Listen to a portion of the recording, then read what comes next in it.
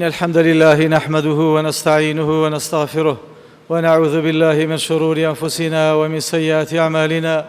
من يهده الله فلا مضل له ومن يضلل فلا هادي له، وأشهد أن لا إله إلا الله وحده لا شريك له، وأشهد أن محمدًا عبده ورسوله. يا أيها الذين آمنوا اتقوا الله حق تقاته ولا تموتن إلا وأنتم مسلمون. يا أيها الناس اتقوا ربكم الذي خلقكم من نفس واحدة وخلق منها زوجها وبث منهما رجالا كثيرا ونساء، واتقوا الله الذي تساءلون به والأرحام إن الله كان عليكم رقيبا. يا أيها الذين آمنوا اتقوا الله وقولوا قولا سديدا يصلح لكم أعمالكم ويغفر لكم ذنوبكم، ومن يطع الله ورسوله فقد فاز فوزا عظيما. أما بعد، فإن أصدق الحديث كلام الله، وخير الهدي هدي محمد صلى الله عليه وعلى آله وسلم، وشر الأمور محدثاتها، وكل محدثة بدعة، وكل بدعة ضلالة، وكل ضلالة في النار. ثم أما بعد، ئاواتەکانمان چاککاران و خراپکاران هەر یەکە لەوانەوەکو مالیکی کوڕی دینارە فەرمێ: إن الأبرار لتغلي قلوبهم بأعمال الخير. چاکاران دڵیان پڕە لە ئاوات و ئومێدی چاکەکاری، خراپکارانیش دڵیان پڕە لە ئومێدی خراپکاری و ئاواتی خراپ. هەموو مرۆڤێ ئاواتی هەیە لە ژیاندا، ئەوەی نەخۆشە ئاواتی چارەسەربوونی هەیە و ئەوەی هەژارە ئاواتی دەوڵەمەندبوونی هەیە و ئەوەی لە سجنایە ئاواتی دەربازبوون و ئازادبوونی هەیە و ئەوەی بێ هاوسەرە ئاواتی بە هاوسەربوونی هەیە و ئەوەی بێ مناڵە هەروەها و هەتا دوایی. لەبەرەوە والله يرى همومكم فانظروا إلى همومكم رحمكم الله. خدای گەورە باش ئاگای لە ئاواتەکانتانە و دڵنیابن و بزانن ئاواتی چی دەخوازن. ئەگەر ئاواتی چاک بێسبێنێ پێی سەربەرزن و ئەگەر ئاواتی خراپیش بێسبێنێ پێی سەرشۆڕ و ڕسوا بن. خوا پەناتان بە هەموو لایە. دڵنیابن هەموو ئاواتەکانیش مرۆڤان ئەگەر بە ئاواتی خۆیان بێ سەرزەوی هەمووی تێگەچێ. ئەم للئینسانی ما تەمەنا. مرۆڤ تەنها بە ئاواتەکانی ئەو هەموویشە ناچێتە ڕێوە. هەندێ ئاوات هەیە لەواشێ نەشیاوە لە زیانیایەتی، بۆیە خوای گەورە تەبارەکە وتەعالە ئەو ئاواتانە دێنەتە دی کە ئەو مرۆڤە داوای کردووە و لە سوود و قازانجیاتی. ئاواتی چاک هەیە و ئاواتی خراپ هەیە، تا دەتوانین ئاگامان لە ئاواتە چاکەکانمان بێ. پێغەمبەری خوا عەلەیهی سەڵات وەسەلام باسی مرۆڤەکانمان بووە کە فەرمێ: رەجولٌ ئاتاه الله علما ومالا. مرۆڤی وا هەیە خوای گەورە سامانی یاوەتێ و زانستێکی شارەزابوونی تەواویش لە دینە. بە زانستەکەی سامانەکەی پەیدا دەکا و دەکاتە مەسرەف لە ڕێی خوا. مرۆڤێکیشە رەجولٌ ئاتاه الله علما ولم يؤته مالا. خوای گەورە زانستی پێداوە بەڵام سامانی پێنەداوە. ئەوەش ئاواتی ئەوەیاڵێ: یا لەیتەنی، خۆزگە منیش وەکو ئەو برایەم سامانم ئاوا بە حەڵاڵی بەدەست دەهێنا و ئاوا بە حەڵاڵی دەمکردە مەسرەف و چاکەکاری لە ڕێی خوایە. فهما في الأجر سواء. ئەو دوانە لە پاداشتا چۆن یەکن. ئاوات خواستن بەدەستهێنانی پلەی شەهیدی ئاواتێکی ڕەوایە. پێغەمبەری خوا صلی الله عليه وسلم سەبارەت بە شەهیدانی ئوحودە فەرمێ: وددت أني غودرت مع أصحاب نحس الجبل. ئاواتم بوو منیش یەکێک بم لە شەهیدەکانی کە نێژراون لە دامێنی چیای ئوحود. وددت أني أقتل في سبيل الله. ئاواتمە کە بکوژرێم شەهید بم لە پێناوی خوایە و پاشان بهێنرێمەوە دنیا و دووبارە شەهید بم و سێبارە هەروەها و هەتا دەجارەمەی دووبارە کردەوە. پێغەمبەری خوا عەلەیهی سەڵات وەسەلام. یاخود مرۆڤێکە خوای گەورە زانستێکی شەرعی پێداوە و قورئانی لەبەرەو دەوریە کاتەوە، فەسەمیعەهو جار له. دراوسەیەک گوێی لێ کە مرۆڤە چۆن لەو چاکەکاریە بەردەوامە، فەئەڵێ: يا ليتني أوتيت مثل الذي أوتي فعملت بعمله. خۆزگە منیش وەکەوە پیاوە ئاوا قورئان زانە بووم تا منیش وەکو ئەو بمخوێنایەتەوە بمگەیانایە لە پێناوی خوایە. یاخود ئاوات خواستن بەگەیشتنەوە بە چاکەکاران. پێغەمبەری خوا عەلەیهی سەڵات وەسەلام پێشەوەی وەفاتکە هات نوێژی خواحافیزی کرد لەسەر گۆڕستانی شەهیدەکانی ئوحود و بەقیع و فەرمی ودیت ئەنی قەد لەقیت ئیخوانی ئاوات و تەمەنام ئەوەیە بە برایانی خۆم دەگەیشتم و دەمبینین وتیان ئایا ئێمە برای تۆ نینەی پێغەمبەری خوا فەرمووی ئێوە هاوڕێی منن برایانی من کەسانێکن کە دێن لە دوای من ئامەنوا بی وەلەم یەڕەونی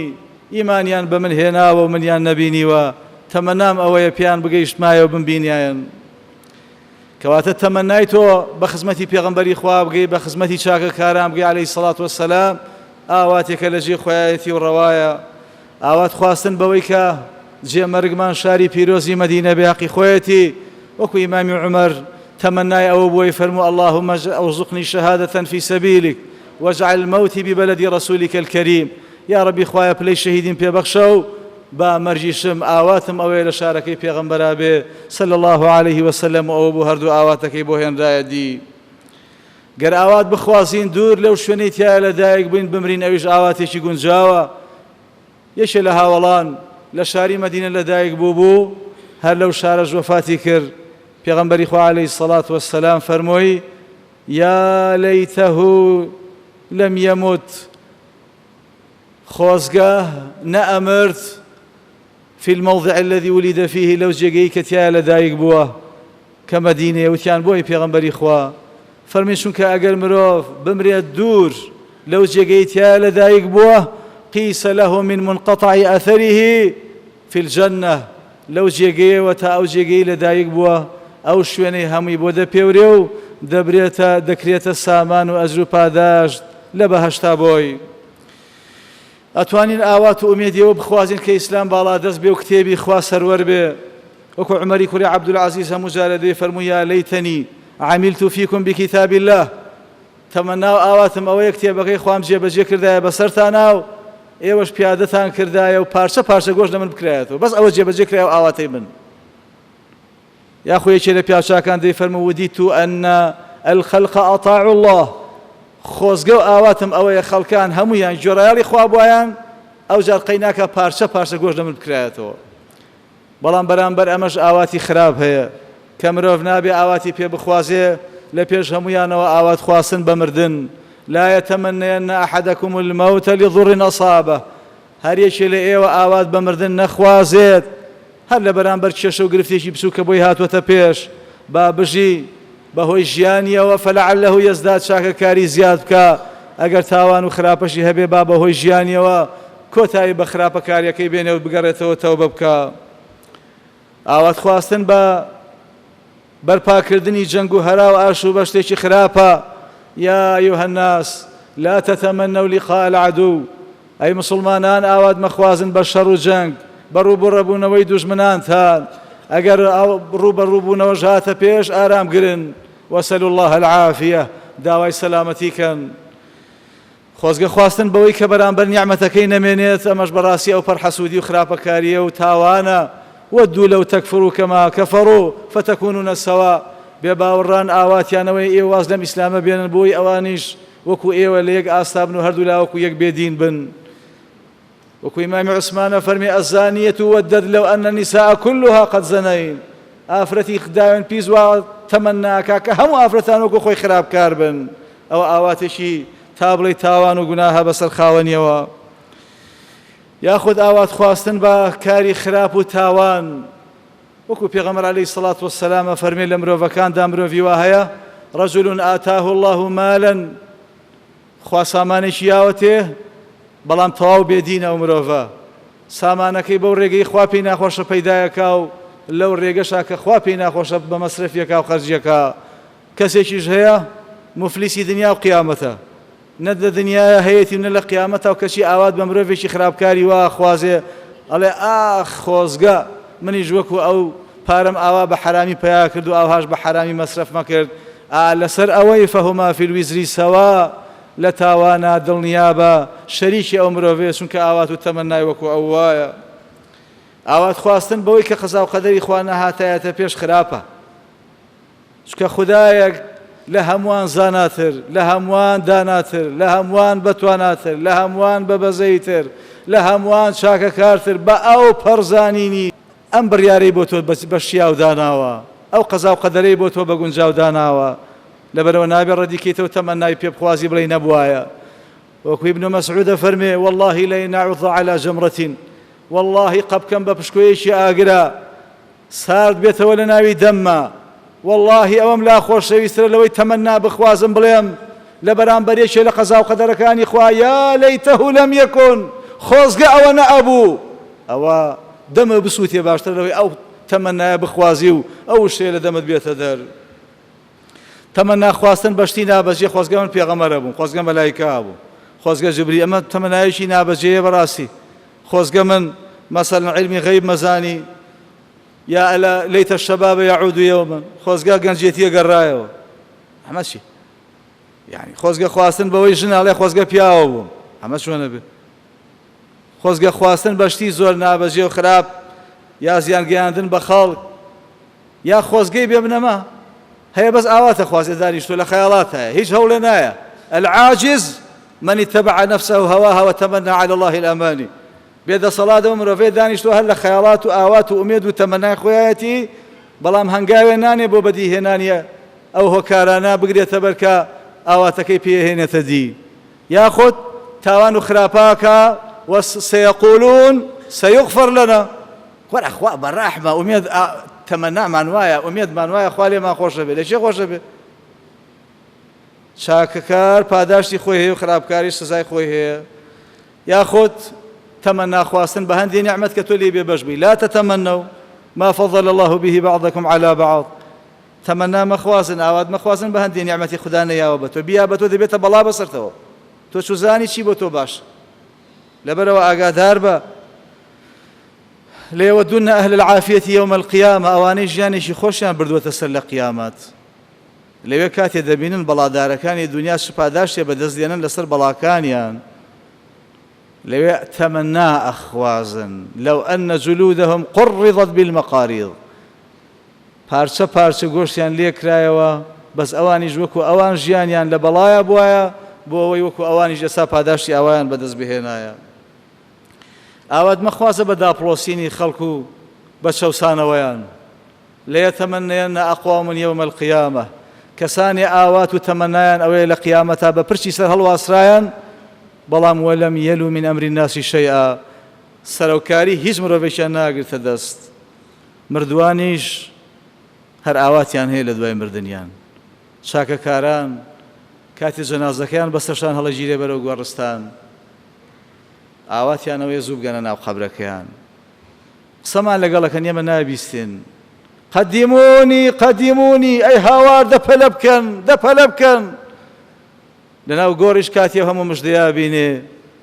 ئەڵێ دەعونی حتى أذهب فأبشر أهلي دەلێم گەڕێن با بگەڕێمەوە دنیا بۆ لای ماڵ و خێزانم مژدەی هەمویانی بەمێ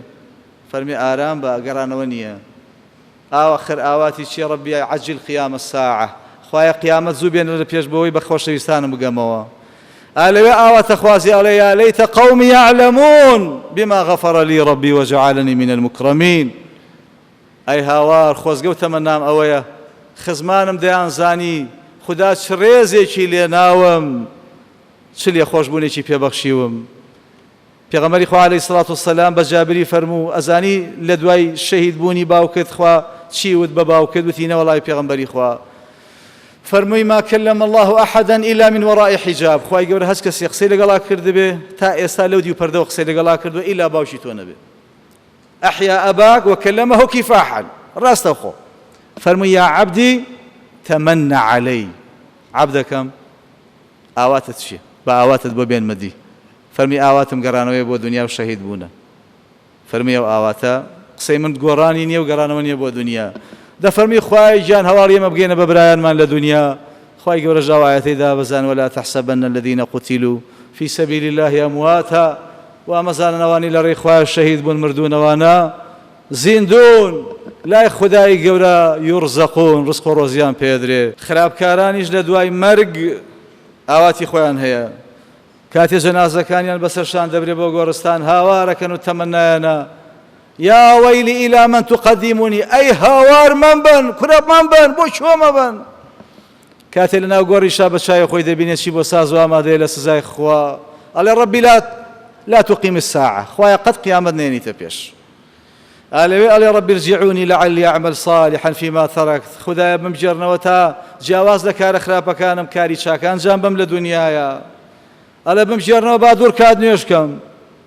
ركعتان خفيفتان مما تحقرون وتتنفلون ئەنجامدانی دوورکە لەو نوێژە سونەتانی ئێوە بەکەمی دەزانن خۆشەویسترە لای ئەو مردووە من بقية دنياكم لە هەموو ئەو دنیای کە ئێوە تایە دەژین و ژیانی تیا گوزەرێنن لەوێ ئاواتە خوازێک کە بێتەوە دنیا چاکەکار بێ ربي لولا أخرتني إلى أجل قريب فأصدق وأكون من الصالحين ئاوات و تەمەنام وە خوایە بمژێڕەوە تەمەنێکی زیاترم پێبەخشە لە دنیا تا خێر و بەخشین ئەنجام بم و لە چاکەکاران بم ئالەوێ دەڵێ یا لەیتەنی قەدەمت لحەیاتی تەمەناکەم خۆزگە شتێکی چاکەم پێشەخەست بۆ ئەم ژیانە هەتا تای ئێستام یا حەسرەتە عەلا ما فەڕەت فی جەنب الله ئەی سەد جار بەداخەوە بۆ ئەو تاوانانی لە پێش چاوی خوا لە دنیاە بێشەرمان ئەنجام مەدا یا لەیتەنی لەم ئوشریک برەبی ئەحەدا خۆزگە شەریکم بۆ خوادانانە لە دنیاە یا لەیتەها کانت القاضیە خۆزگە مردن ئەبوو زیندوو بوونەوە نەئەبوو لە دوای يا ليتني لم أوت كتابيا خوزق نامي أعمال بينا أدرى ولم أدري ما حسابيا خوزق حسابه لي بيشين وملقلنا أكرا ونما بيني يا ليتني اتخذت مع الرسول سبيلا خوزق لقل بيغمبران وشاكا كاران هاوري بوم خوزق نابو ما هاوري فلان كاس لقد أضلني عن الذكر بعد إذ جاءني قم راي كردم سرير شوانم لناوي بردم شاكا كاران بيني يا ليتني كنت معهم فأفوز فوزا عظيما خوز قال أو شاكا كاران أبو متامنيش سركوتني هاوشي أوانا بدز بهنايا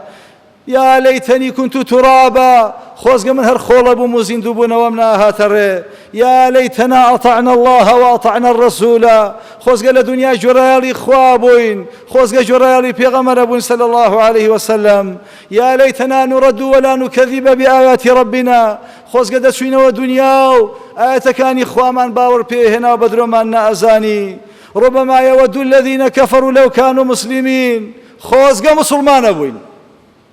آخر آواتيا دەسپاسی خواکە کە تۆ مسلمانی ئاوات بە چاکەکاری زیاتر بخوازە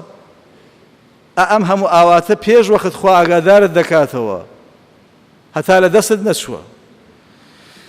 تا توانی هۆکارەکان گرەبەر داواکە لە خوا ئومێدە چاکەکانت ببێنێتە دی لە ئاواتە خراپەکان بتپارێزێ ئارام بگرە چونکە سەرکەوتن لە هەموو بوارێکە مع نەسر النەسر مع الصبر پیانسان فەرمێ لەگەڵ نەسرەوتنایە لەگەڵ ئارامگرتنایە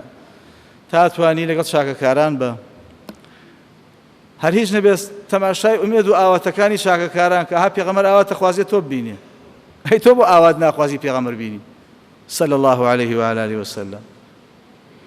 ئیمامی عومەر جایشان فەرمووی بە سەد کۆمەڵە سەحابە ئاوات خوازن هەر یەکەی ئاواتی وتی یەکێوتی بەقا ئەم ماڵە ئاڵتوون هەبووە ببەخشێ لە ڕێی خوا هەر یەکەی شتێکی وت وتیان تۆ فەرمی چی فەرمی من ئەڵێم خۆزگە بەقەدەر ئەم ماڵە پیاوانی وەکو معاذ وەکو سالم وەکو ئەبوو عوبەیدەی کوڕی جەڕاح مەبوو دەمکردە بەبرسی مسلمانان و هەمووی بووە خێر و بەرەکەت بۆیان وددت أني شعرة في صدر أبي بكر خۆزگە تاڵەموویەکە بووم بە سنگی ئەبوو بەکر وددت أني في الجنة حيث أرى أبا بكر خۆزگە دەچوومە باشت و لە جێگەیەکا بۆیان ئەبوو بەکرم تیا ببینایەتەوە جارێکتر لەسەر مەرگایە فەرموو وددت أني خرجت منها كفافا خۆزگە دەخوازم ئەم بەرپرسیارەتەم گرتە ئەستۆ بە سەلامەت لێی دەربازە بوو خۆزگە سەحابەیەتیەکەی پێغەمبەرم بۆ ئەمایەوە صلى الله عليه وسلم عمرو کوڕی عاص هەموو جارێ دەیفەرموو یا لەیتەنی كنت ألقى رجلا عاقلا عند الموت خۆزگە پیاوێکی عاقڵ و ژیرم دەبینی لە سەرە مەرگە هۆشی لای خۆی بوایە لێم پرسیایە ئەوە گیان دەرچوون چۆناهەیە کەسی نەدیەوە خۆی گەیشتە سەرە مەرگ و عەبدوڵای کوڕی فەرمی ئاواتەکەت بیرە هەموو جارێ باوەجیان ئێستا لە تۆ عاقڵترمان دەست ناکەوێت ئێستا هەستت چۆنە سەرە مەرگ چۆنە فەرمی والله یا بنەی كأن جنبي بين تخت سوێن بەخوا کوڕی خۆم دەڵێ هەردوو لام لە بینی دوو بەردە ئاشی گەورەیە کەپسەمەکە وكأني أتنفس من سم إبرة سوێن بەخوا هەناسەم وا سوار بوو ئەڵێ لە کونە دەرزیەکەوە بۆم یە بە ئەو پەڕ ناڕەحەتی وكأن شجرة من شوك يجر به من قامة إلى هامتي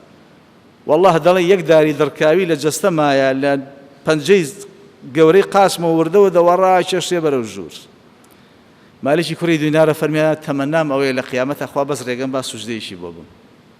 بۆی لێم ڕازی بێ ئیمامی شافیە فەرمیێ ودیت و خۆزگە ئەخوازم ئەم عیلمەی من بڵاوم کردوێتەوە هەموو مسڵمانێ دەیزانی و وەلا یونسەب ئیلەیها منها حرفون خۆزگە یەک حرفی نادرێ پەنا من بڵێن مەی شافعی بوو